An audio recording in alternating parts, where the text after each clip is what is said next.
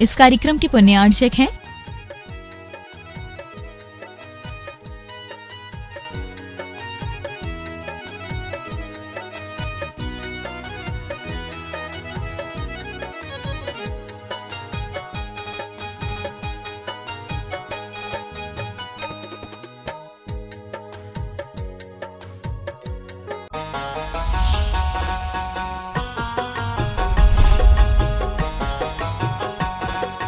संत शिरोमणि आचार्य गुरुवर श्री विद्यासागर जी महाराज की जय। और हम योग प्रणेता पूज्य गुरुवर श्री प्रणम्य सागर जी महाराज की जय। ओम अरहम नमः। श्री तत्वात् सूत्र के शंका समाधान सत्र में आप सभी का स्वागत है। आज पूज्य श्री के द्वारा आपकी की गई शंकाओं का समाधान किया जाएगा। यदि आप भी अपनी शंकाएं भेजना चाहते हैं तो विजिट कीजिए ttv.arham.yoga और हमारे शंका समाधान फॉर्म को फिल कीजिए। सत्र संबंधी शंकाओं का समाधान स्वयं पूज्य श्री करेंगे। इस कक्षा की सभी जानकारियां जानने के लिए आप हमारी वेबसाइट ttv.arham.yoga को विजिट कर सकते हैं। आप हमारे व्हाट्सएप ग्रुप भी ज्वाइन कर सकते हैं cut.ly/तत्वात् पर। इस कार्यक्रम के प्रसारण में पुण्यार्चक बनकर आप धर्म प्रभावना कर सकते हैं और पुण्यार्जन भी कर सकते हैं। आप टीम अरहम को 9810436940 पर संपर्क कर सकते हैं। तो चलिए अपने सत्र की शुरुआत करते हैं पूज्य श्री के द्वारा अरहम ध्यान योग के माध्यम से। सीधे बैठ जाइए। आसन सुखासन, अर्ध पद्मासन या पद्मासन हो। गर्दन सीधी, कमर सीधी। आज हम आज्ञा विषय धर्म ध्यान करने के लिए अपना मन तैयार करते हैं। जिस आज्ञा विषय धर्म ध्यान से ही अन्य धर्म ध्यान संभव है। अपने आप को व्यवस्थित करें, सीधे बैठें, गर्दन सीधी, कमर सीधी, आंखें आराम से बंद करें। ज्ञान मुद्रा के साथ अपने दोनों हाथों को अपने घुटनों पर रखें। मन में जैसा बताया जा रहा है उसी के अनुसार विचार करेंगे, क्योंकि विचार ही करने का नाम धर्म ध्यान है।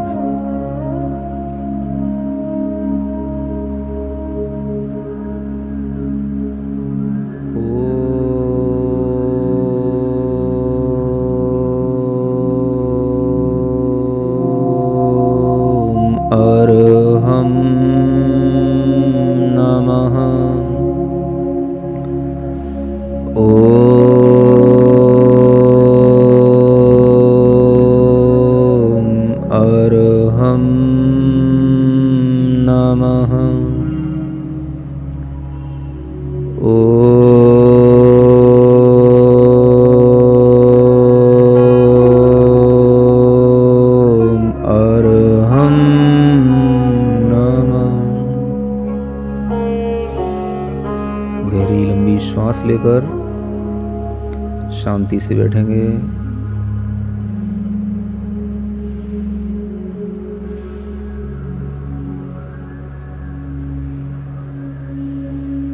पूरे लोक के अंदर बस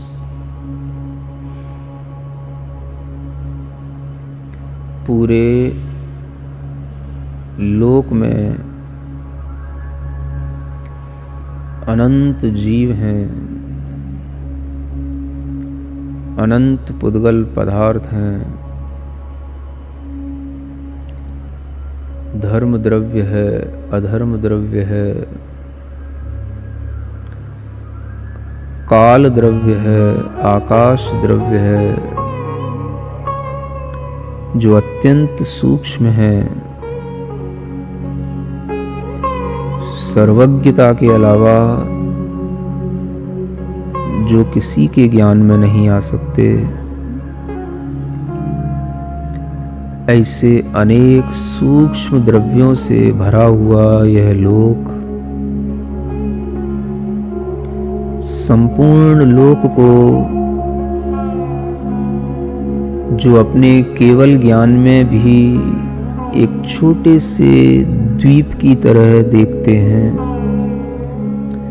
जिनका ज्ञान इतना बड़ा है कि उस ज्ञान में हमें यह पूरा लोक भी बहुत छोटा सा दिखाई देता है। पूरा 3 जगतमय यह संसार सर्वज्ञ भगवान की आज्ञा से ही जानने में आता है। अधोलोक में अनेक नारकियों का आवास है। मध्यलोक में मनुष्य, तिर्यंच और कुछ देव भी रहते हैं। ऊर्ध्वलोक में देवों का ही आवास है और सबसे ऊपर सिद्ध लोक है, जहाँ पर मुक्त आत्माएं वास करती हैं। संसार का प्रत्येक पदार्थ सूक्ष्म से सूक्ष्मता की ओर जब हम देखते हैं तो परिणमन, परिवर्तन, उत्पाद व्यय द्रव्य के माध्यम से कर रहा है। यह मैं सर्वज्ञ भगवान की आज्ञा से जान रहा हूँ, श्रद्धान कर रहा हूँ, पूर्ण रूप से इसी तरह से देख रहा हूँ। संसार के प्रत्येक पदार्थ में, चाहे वो चेतन हो, अचेतन हो, शुद्ध हो, अशुद्ध हो, निरंतर प्रति समय पुरानी पर्याय का नाश होता है, नई पर्याय उत्पन्न होती है। द्रव्य अपने स्वरूप में ज्यों का त्यों बना रहता है। ऐसे सूक्ष्म विज्ञान को बताने वाले सर्वज्ञ देव की आज्ञा का विचार करते हुए इस आज्ञा को मैं प्रामाणिक मानते हुए अपनी श्रद्धा से इस आज्ञा को स्वीकार कर रहा हूँ। संसार के सभी जीवों में अनेक तरह के परिणाम हैं, भाव हैं, विचार हैं, अनेक तरह के कर्म बंध हैं। वो सब सर्वज्ञ भगवान के ज्ञान में उनकी बंधने की प्रक्रिया, उनके झड़ने की प्रक्रिया, उनकी शक्ति में कमती बढ़ती होने की प्रक्रिया सब देखने में आई है। अत्यंत उपकारी उन अरिहंत सर्वज्ञ देव ने हमें कर्म विज्ञान का बहुत बड़ा ज्ञान दिया है।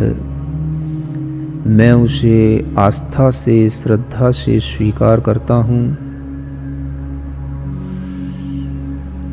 सर्वज्ञ भगवान के ज्ञान की बात जो मैं अपने कान से सुन रहा हूँ, इस श्रुत ज्ञान को मैं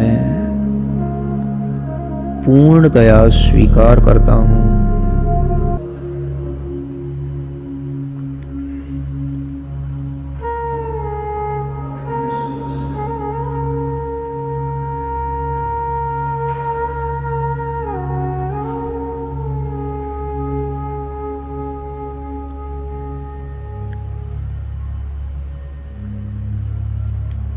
सर्वज्ञ देव के ज्ञान से जो श्रुत ज्ञान मुझे प्राप्त हो रहा है, मैं उससे पूरे जगत को जान रहा हूँ, उसी तरह से मान रहा हूँ। संसार के सभी प्राणियों में कर्मों को बंधता हुआ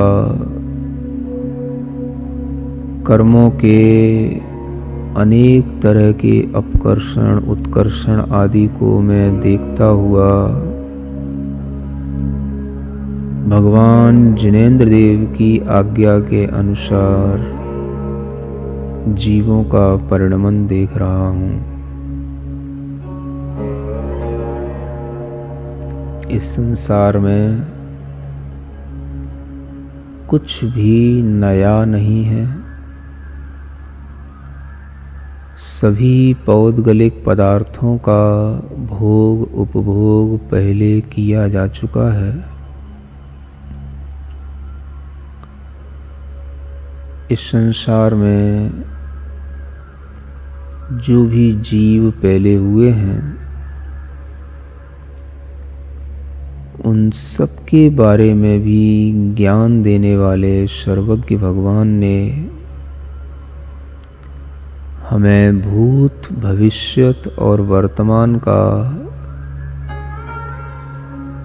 तीनों कालों का ज्ञान दिया है।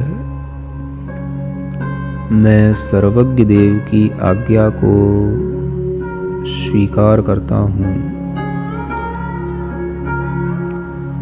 सूक्ष्म तत्वों का विवेचन, अत्यंत दूरवर्ती पदार्थों का विवेचन, अतीत काल का विवेचन, सभी कुछ सर्वज्ञ के अलावा नहीं जान सकता। सर्वज्ञ के अलावा कोई नहीं देख सकता।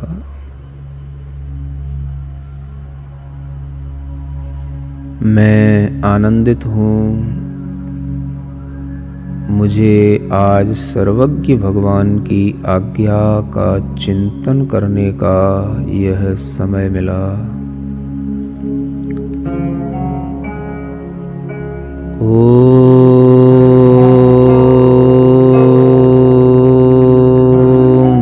अरहं नमः।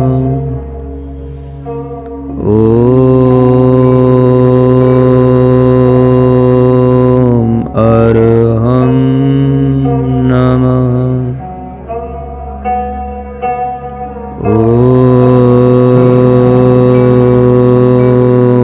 अरहं नमः।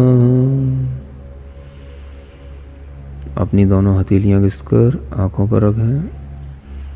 ओम अरहं परम शांति परम शांति परम शांति। इस ध्यान को पुनः सुनने के लिए आप विजिट कर सकते हैं हमारा YouTube चैनल अरहम ध्यान योग। चलिए पूज्य गुरुवर के चरणों में चलते हैं। नमोस्तु मुनिषी। मुनिषी श्वेता जी जैन बैंगलोर से पूछती हैं, नारी को मोक्ष नहीं है, हम स्त्री पर्याय को कैसे छेद सकते हैं? क्या नारी पर्याय से पुरुष पर्याय में जन्म हो सकता है? मार्गदर्शन करें। ये तो बहुत सिंपल सी बातें हैं। जैनिज्म को बेसिक रूप से समझने वाले इतना जानते हैं कि नारी कभी नारी ही रहने के लिए अभिशप्त नहीं है, और भले ही मोक्ष नारी पर्याय में नहीं मिलता हो, आपको भी चाहना भी नहीं रखनी चाहिए कि नारी पर्याय में मोक्ष मिले, है ना। आपकी भी चाहना यही होनी चाहिए कि मोक्ष जो है वो पुरुष पर्याय से ही मिले, और हमको भी पुरुष पर्याय की प्राप्ति हो, तभी हमें मोक्ष की प्राप्ति हो।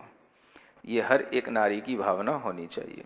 रही स्त्री पर्याय को छेदने की बात, अगर आप जैन दर्शन को अच्छे ढंग से पढ़ें, उससे प्राप्त होने वाले ज्ञान पर अगर आप श्रद्धान बनाएं और उसी श्रद्धान के अनुसार आप अपने परिणाम और भावों को संजोएं, तो आपके लिए सम्यक दर्शन के माध्यम से वह स्त्री पर्याय का विच्छेद भी होगा, क्योंकि सम्यक दृष्टि जीव नियम से पुरुष पर्याय पुरुष वेद के साथ ही उत्पन्न होता है। नमोस्तु मुनिषी। मुनिषी रश्मि अनिल जैन कंचन विहार जबलपुर से पूछ रही हैं, नमोस्तु गुरुवर। गुरुवर, मेरे ऐसे कौन से कर्म का उदय है कि मैं आपके दर्शन को बहुत दिनों बाद कर पाती हूँ? ये मेरा दर्शनावरणी कर्म है या अंतराय कर्म है? देखिए, दर्शन तो किसी ना किसी तरह से आजकल आप सब लोगों को उपलब्ध होते ही रहते हैं, साक्षात नहीं भी होते हैं तो भी आजकल सब आपके पास में जो मोबाइल जैसे उपकरण रहते हैं उनमें आपको सब लाइव सुनने को मिलता है, देखने को मिलता है। तो जब तक आपके लिए ऐसे दर्शन नहीं होते हैं जो आप साक्षात चाहते हैं, तब तक आप इस तरह के दर्शन से भी दर्शन तो पा ही रहे हैं ना। संतुष्ट तो उससे भी हुआ जा सकता है, क्योंकि सब लोगों के लिए अपनी घर परिवार की जिम्मेदारियां भी देखनी पड़ती हैं। अगर आप बहुत जल्दी जल्दी भाग भाग करके यहाँ आएंगे और आपके घर में कहीं प्रतिकूलता बन गई तो फिर आपके लिए जितने अंतराल से अभी दर्शन करने को मिल रहा है कहीं वो भी भारी ना पड़ जाए। तो ये देखते हुए आप ये विचार करें कि हर चीज़ के लिए एक समय नियमित होता है। दर्शनावरणी कर्म या अंतराय कर्म ये तब मायने रखते हैं जब हम चाहें और हमारे लिए सब तरह की तैयारियां भी हों, उत्साह भी हो, और फिर भी हम ना पहुंच पाएं, तब ये चीज़ें मायने रखती हैं। ये तो आपकी अपनी खुद की घर की परिस्थितियां हैं कि आप सप्ताह में एक दिन आ पाते हैं कि 2 सप्ताह में एक दिन आ पाते हैं, ये तो आप अपने समय निकालने के ऊपर है। तब तक के लिए जो आप इस तरह से लाभ लेते हैं, ये भी लाभ आपके लिए कहीं ना कहीं उस क्षयोपशम से ही हो रहा है जो आपके अंदर विद्यमान है। नमोस्तु मुनिषी। मुनिषी सुनीता जी जैन नीमच से पूछ रही हैं, विदेही क्षेत्र में रहने वाले जीव क्या नियम से मोक्ष जाते हैं? मोक्ष का सुख कैसा होता है? ओहो हो, यहाँ बैठ करके मोक्ष का सुख कैसे बताएंगे है ना। विदेह में रहने वाले जीव नियम से मोक्ष जाते हैं ऐसा तो नहीं है। विदेह से भी स्वर्ग भी जाते हैं, मोक्ष भी जाते हैं और नरक भी जाते हैं। सब जगह जाया जाता है। मनुष्य पर्याय से सब जगह जा सकते हैं। विदेह क्षेत्र में भी रह कर के जीव पाप करेंगे, वहाँ से भी पाप होते हैं, वहाँ से भी नरक में जाते हैं। तो ऐसा कुछ नहीं है। रही बात मोक्ष सुख की, उसके लिए तो डिटेल बताने के लिए आप ये सब जो शांतिनाथ भगवान का अभी चरित्र चित्रण चल रहा है, इसमें बहुत अच्छे ढंग से डिटेलिंग की गई है, आप उसको थोड़ा सा सुनिएगा। अनंत सुख को हम अगर 1-2 मिनट ही बताएंगे तो फिर वो सुख की वैल्यू नहीं रहेगी, है ना। उस सुख को हमने जहाँ कहीं पर भी अच्छे ढंग से समझाया है, वो घंटों घंटों भर तक के जो प्रवचनों में समझाने की जो कोशिश की जाती है, आप उस प्रवचन से सुनिएगा, है ना। 2 मिनट में अगर आपको समझाने की कोशिश करेंगे तो फिर वो अनंत सुख भी फीका पड़ जाएगा, फिर आपको इच्छा भी नहीं रहेगी। इसलिए हम इच्छा आपकी मारना नहीं चाहते हैं। तो आप ऐसे कभी प्रवचन सुनिएगा जहाँ पर मैंने पहले समझाया है, उसी से आपके लिए अच्छा होगा। नमोस्तु मुनिषी। मुनिषी शशि जैन टीकमगढ़ से पूछ रही हैं, पंचम काल का अंत कैसे होगा, इससे हम कैसे बचे हैं? आप क्या पंचम काल के अंत तक जीवित रहेंगे जो आप बचने की चिंता कर रहे हैं? आप अपनी उम्र में जो कुछ भी 25-50 साल की उम्र है, इस उम्र में आप अच्छे से धर्म ध्यान कीजिएगा। जब आप यहाँ धर्म ध्यान कर लेंगे, अच्छे आपको स्वर्गों की आयु मिलेगी, तो स्वर्गों की आयु भी बहुत अधिक होती है। अगर आप अच्छे भावों के साथ, अच्छी लिस्याओं के साथ यहाँ से मरण को प्राप्त होते हैं, तो कम से कम भी स्वर्गों में जो आयु रहती है वो पल्लियों की आयु मिलती है ना। 10,000 20,000 वर्ष की आयु तो बहुत संकलेश वालों को, क्षुद्र लोगों को मिला करती है। तो अगर आपको असंख्यात वर्ष की आयु मिल गई तो ये तो सब 21,000 वर्ष के कुछ ही वर्ष बचे हुए रहते हैं। तो उन वर्षों में तो 20,000 वर्ष, 18,000 वर्ष, ये सब बचाना तो आपके लिए आराम से हो जाएगा। तो इसकी चिंता ना करें कि हम पंचम काल के अंत में कैसे बचें। आप इसकी चिंता करें कि हमारे अंदर ये श्रद्धान, ये ज्ञान कैसे मजबूत हो। इसी के माध्यम से आपकी अगली पर्याय अपने आप अच्छी होगी। तो आप वहाँ बैठे बैठे स्वर्गों में ये पंचम काल, छठवां काल यहाँ हो रहा है, आराम से देखेंगे और आप स्वर्गों के सुख का आनंद लेंगे। यहाँ का दुख आपको नहीं मिलेगा। नमोस्तु मुनिषी। मुनिषी आशा जैन जी किशनगढ़ से पूछ रही हैं, जन्म लेते ही क्या यह तय हो जाता है कि जीव कौन सी गति में जाएगा? जन्म लेते ही जीव ने जब जन्म ही लिया है तो वो गति को तय करके ही तो आया है। जन्म लेने के बाद क्या तय करना है? अगली गति कौन सी होगी? अगली गति तो उसके लिए बहुत सारा उम्र है, बहुत सारा उसका पुरुषार्थ है, उस पर निर्भर करेगी, उसके अपने परिणामों पर निर्भर करेगी। नमोस्तु मुनिषी। मुनिषी मधु जी जैन भोपाल से पूछ रही हैं, निद्रा को जीतने के लिए क्या करना चाहिए? ये एक बड़ा गंभीर प्रश्न है। निद्रा को जीतने के लिए क्या करना चाहिए। एक तो ये समझ में आता है कि कई बार निद्रा आदि आपके लिए इसलिए भी हो सकती है कि जो एक तरह से देखा जाए शरीर शुद्धि नहीं होती है, जिसे अपन कह सकते हैं शरीर में जो कोष्ठबद्धता रहती है, आंतों में अनेक तरह से शुद्धि नहीं होने के कारण से भी सिर भारी रहता है, असमय पर निद्रा आती है।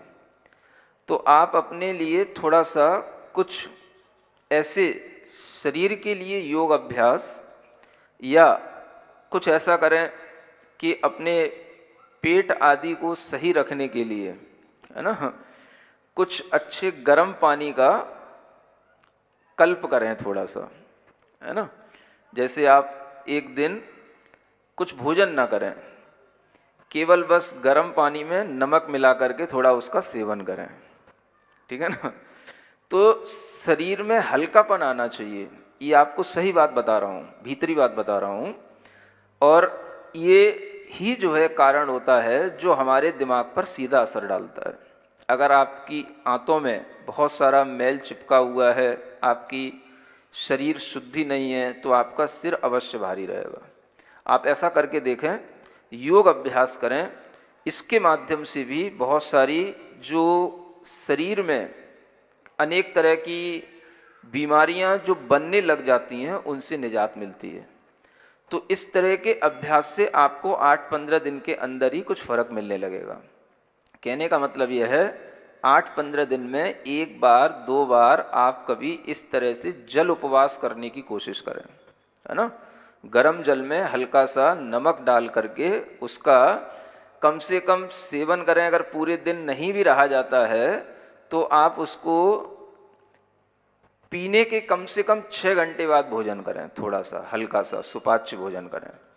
ऐसा अगर आप 2-3 दिन भी कर लेंगे तो भी आपके लिए बहुत राहत मिल जाएगी। ये भी एक बहुत बड़ी बात है, जो अगर आपके लिए ये परेशानी वास्तव में है तो आप इस तरह से इलाज करें। एक वो होती है कि भाई वैसे तो ठीक है, लेकिन जैसे ही कोई पढ़ने लिखने की बात आ जाती है तो नींद आने लग जाती है, और वैसे सब अच्छा चलता है। तो ये आपकी एक अपनी एक रुचि की कमी है, पढ़ने लिखने के प्रति अपनी अच्छी आदत नहीं होने के कारण से, उसमें इंटरेस्ट नहीं होने के कारण से होता है। तो उसके लिए तो फिर आपको इंटरेस्ट बनाना पड़ेगा, तो वो एक दूसरी चीज़ हो गई। तो ऐसे इन दोनों कारणों से निद्रा आती है। आप इन दोनों कारणों में से जो भी कारण आपके अंदर हो उससे समाधान प्राप्त कर सकते हैं। नमोस्तु मुनिषी। मुनिषी हेमलता जी जैन मेरठ से पूछ रही हैं, नमोस्तु गुरुवर, मेरा प्रश्न है यदि दिवाली में सूतक लग जाए तो हम दीपावली कैसे मनाएं? समाधान। कोई बात नहीं, चाहे सूतक लगे, चाहे पातक लगे, चाहे कुछ लगे, सब अपने भावों से मनाया जाता है ना। क्या मनाना है आपको? भगवान की भक्ति करना है। आप कहीं से भी अपने मोबाइल में वर्धमान स्तोत्र ऑन कर लीजिए, भगवान की भक्ति कर लीजिए। क्या करते हो दीपावली पे? दीप जलाने हैं, वो कोई सौर सूतक से संबंध क्या रखते हैं दीपों का? हाँ, सौर सूतक से संबंध तो मंदिर की चीज़ों का होता है। आपको दीप जलाना है, आपने जला लीजिए अपने घर पर, मंदिर में मत आइए, मंदिर में मत लाइए। और क्या होता है उससे? नहीं है, आप दूसरे के दीपक को देख करके प्रसन्न हो लीजिए। जैसे मान लो मैं ही इनके सामने खड़ी हूँ, या किसी से कह दीजिए मेरे घर में ला करके दीपक रख दीजिए, वो ला के रख देगा, है ना। इसीलिए तो आज ये बताया था कि दीपावली के दिन दूसरे लोग दूसरों का सहयोग करें। तो इसी तरह से दूसरे लोग भी आपके घर में दीपावली के दीप रखने जा सकते हैं, आ सकते हैं। आप अपने पड़ोसियों को बुला लीजिए, इनवाइट करेंगे तो उन्हें आने में और अच्छा लगेगा, क्योंकि हमने यहाँ से कह ही दिया है, और आप इनवाइट करेंगे तो उनके लिए और अच्छा लगेगा। तो बड़ा इजी है, इसलिए आपको इन सब चीज़ों में नहीं पड़ना। जो भी हम क्रियाएं कर रहे हैं वो सब हमारी भावों से ज़्यादा होती हैं। क्रियाओं से मिलने वाले फलों से ज़्यादा बड़ा फल भावों से होता है। तो आप अपने भावों को अच्छा बना के ये सब क्रियाएं भी आराम से सौर सूतक में भी कर सकते हैं। नमोस्तु मुनिषी। मुनिषी सुशीला जी जैन मकराना से पूछ रहे हैं, मध्यलोक का आकार और सीमा बताएं। मध्यलोक का आकार तो झल्लरी के समान बताया गया है। तीनों लोकों में जो मध्यलोक का आकार है वो कैसा? झल्लरी झालर के समान होता है ना। और वो सीमा क्या है उसकी, एक राजू उसका व्यास है, डायमीटर उसका एक राजू का है। एक राजू में ही पूरा मध्यलोक इस तरह के, इधर हॉरिजेंटल उसका डायमीटर हो गया, अगर आपको वर्टिकल उसकी हाइट चाहिए तो वो 1,00,000 योजन की हो जाएगी। यही उसका विस्तार होता है।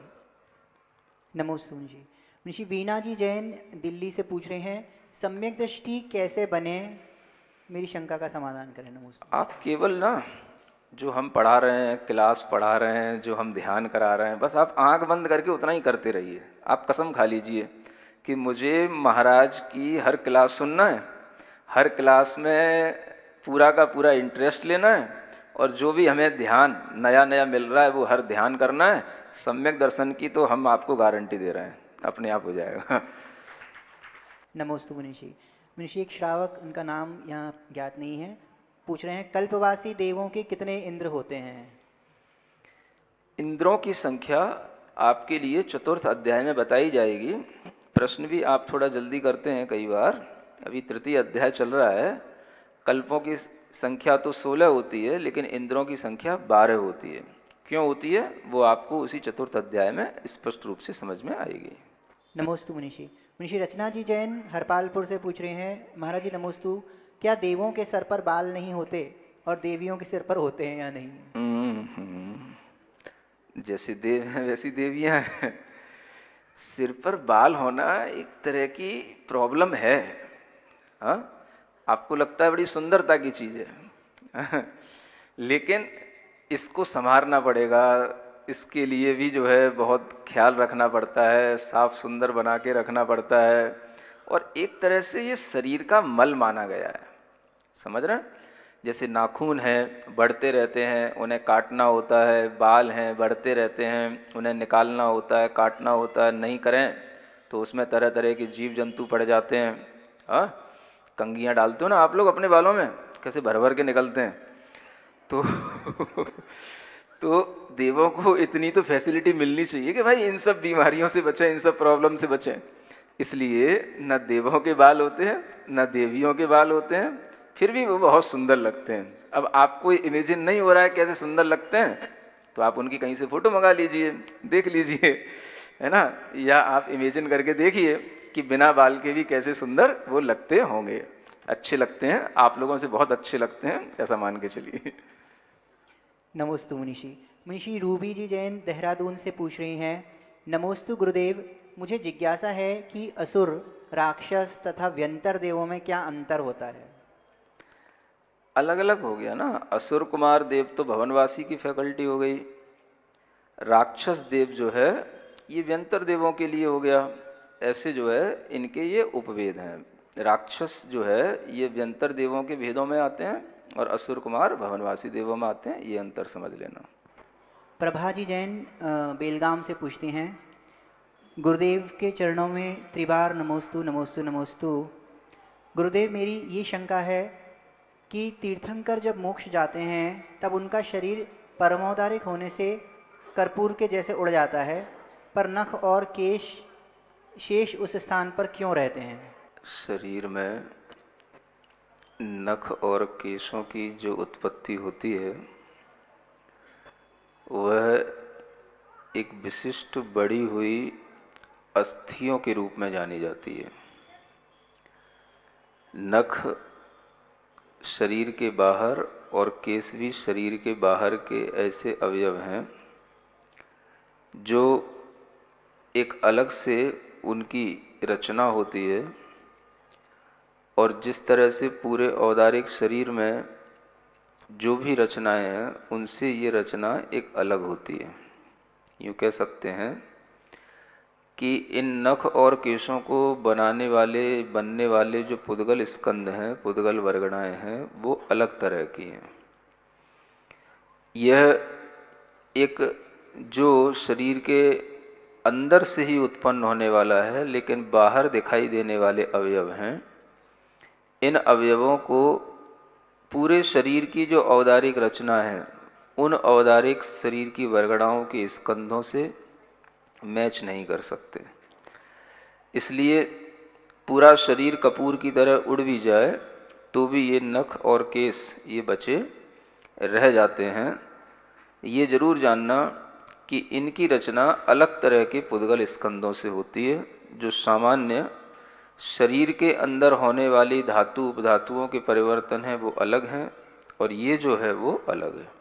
तभी आपको इसमें अंतर समझ में आ पाएगा। नमस्ते गुरुदेव। अगला प्रश्न रूबी जी जैन देहरादून से पूछ रही हैं, गुरुवर को सादर नमोस्तु। गुरुवर, तत्वार सूत्र में प्रथम अध्याय यदि भाव विज्ञान है, द्वितीय अध्याय जीव विज्ञान है, तो तृतीय अध्याय को हम क्या कह सकते हैं, लोक निर्माण विज्ञान या लोक विज्ञान?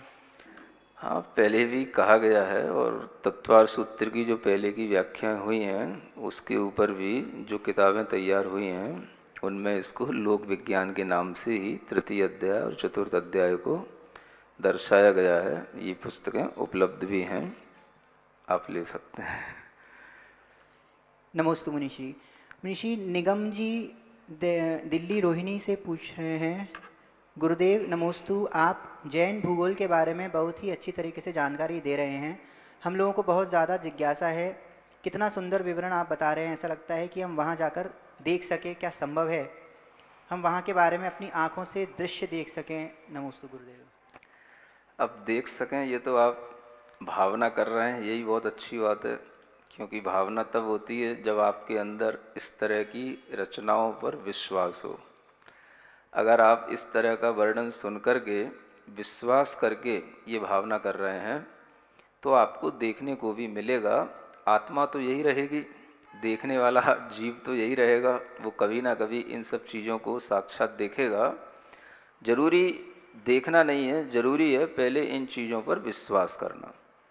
और इस तरह का विश्वास अगर हमें ऐसे ज्ञान प्राप्त करने से आता है और इस तरह से हमारे अंदर वह भावना बनने लग जाती है, तो यही विश्वास हमें एक ना एक दिन इन चीज़ों को दिखाने योग्य भी बना देता है।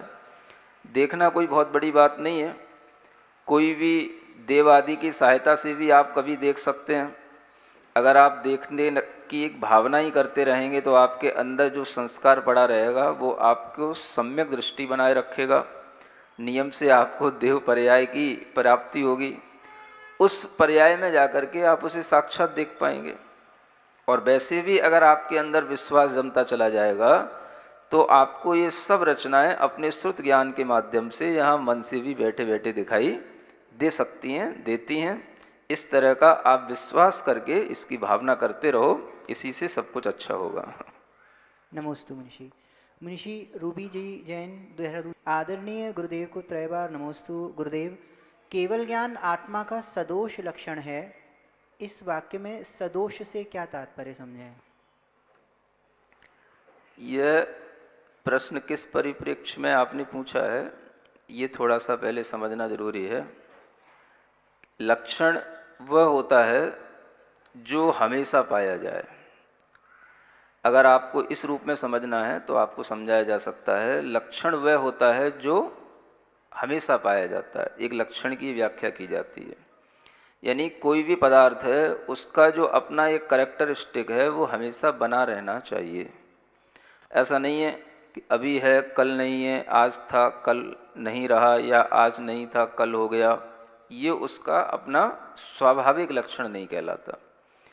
इस दृष्टि से अगर हम देखें, सोचें, तो इसको कहा जा सकता है कि केवल ज्ञान आत्मा का लक्षण नहीं है। अगर लक्षण बनाएंगे तो वो सदोष सिद्ध होगा। आत्मा का लक्षण केवल जानना देखना है। ज्ञान दर्शन उपयोग ये आत्मा का लक्षण बैठता है, इसलिए उपयोग लक्षणम कहा। तो उपयोग रहेगा हमेशा, चाहे वो किसी भी ज्ञान में रहे, चाहे मतिक ज्ञान में रहे, चाहे श्रुत ज्ञान में रहे। अब वो सब ज्ञान हट गए, केवल ज्ञान में उपयोग आ गया तो वो केवल ज्ञान सहित आत्मा हो गया। लेकिन आत्मा का जो लक्षण जानना देखना था वो कभी भी नहीं मिटा, उसी को हम वास्तव में उसका लक्षण कहेंगे।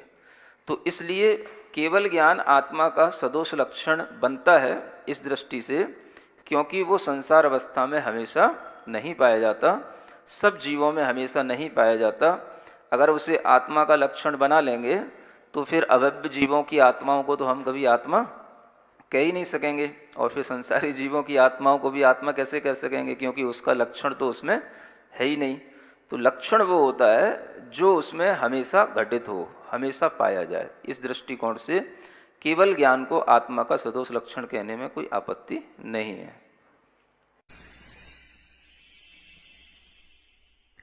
सिरिजिण वाणी जग कल्याणी जग जन मदतम मोहरी जनमण हारी गढ़हर हारी जम जरा भव रोग हरि तिथ्य राणम दिव्य झुणिम जो पड़ई सुणई मय्ये धारई राणम सौख मणंतम धर्य सासद मोक्ष पदम पावई सासद मोक्ष पदम पावई।